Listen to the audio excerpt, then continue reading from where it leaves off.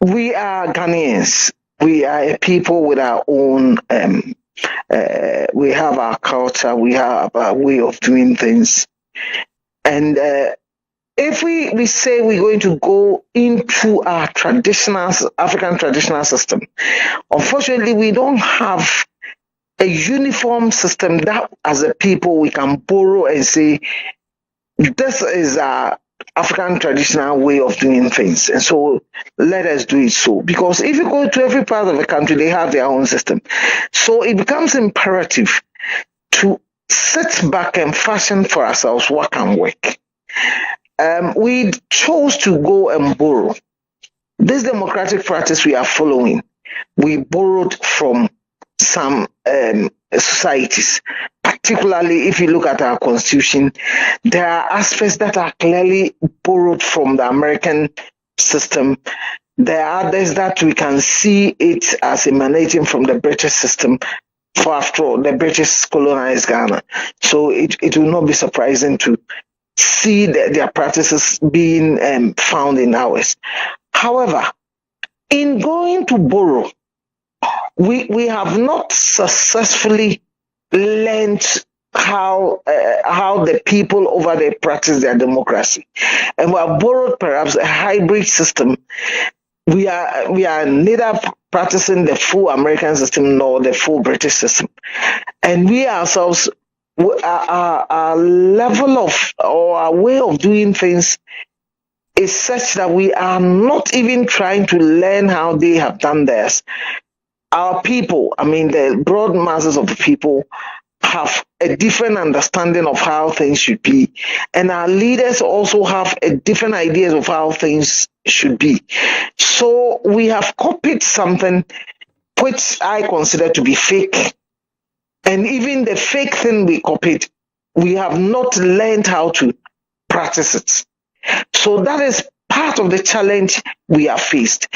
Then also, if we look at our constitution, which is the guiding principle for our democratic practice in this country, I dare say today that, I think the constitution was made more for transition from military rule into democratic rule.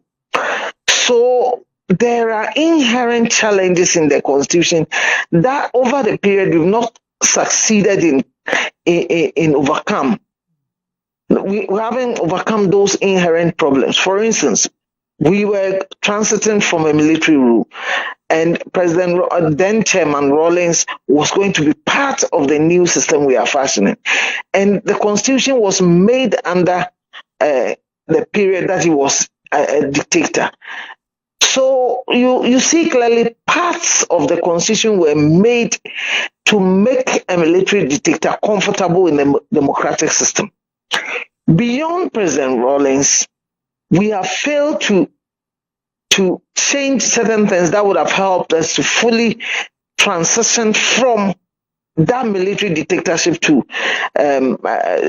make our constitution more developmental in outlook. Our constitution is not developmental in outlook, but what our people need most is development more than just putting in place democratic systems or governance systems. And then if you even look at the governance systems and the institutions this constitution inherited, we've also gone ahead to over politicize our institutions. Now, public institutions, civil service, local government service, the police, the military, and all that, we seem to have politicized all of them.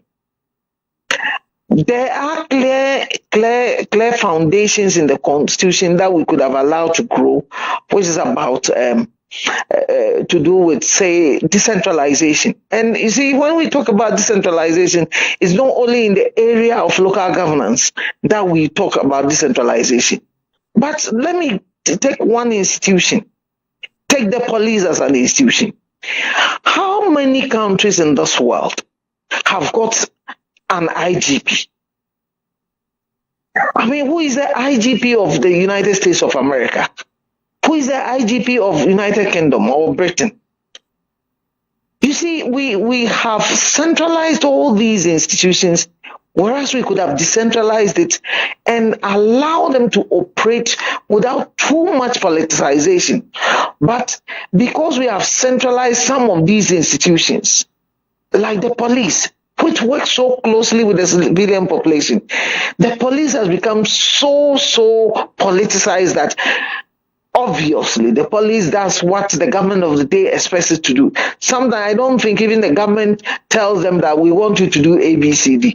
But the moment there's change of government, all the police, the police institution seems to be trying to please the government of the day rather than doing what is expected of them constitutionally and professionally. So these are some of the challenges that I think we have with our institution.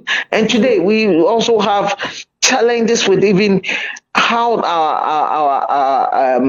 the judiciary, which should have been the bastion of, the last protector of democracy. Today, I'm very sure that all judges, whether at the superior court or the lower court, are looking to please politicians rather than being professional and being, bound by that level of impartiality. So that is the challenge we face. So we have politicized our institutions. We have politicized, major democratic institutions like the police, even to an extent the military and the likes. And our constitution gives too much power to the president. So we need to sit back. Sometimes as an individual, I sit back and I ask myself, yes, this is the most enduring constitutions we've ever had in this country.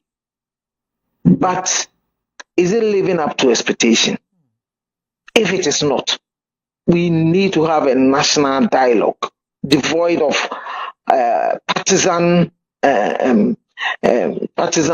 devoid of partisanship, and begin to fashion for ourselves a governance system, a democratic system that will suit our needs. And for it to also succeed, there must be an effective public education of our people and our leaders to understand the direction the country needs to go, and that this is how we all want the country to be.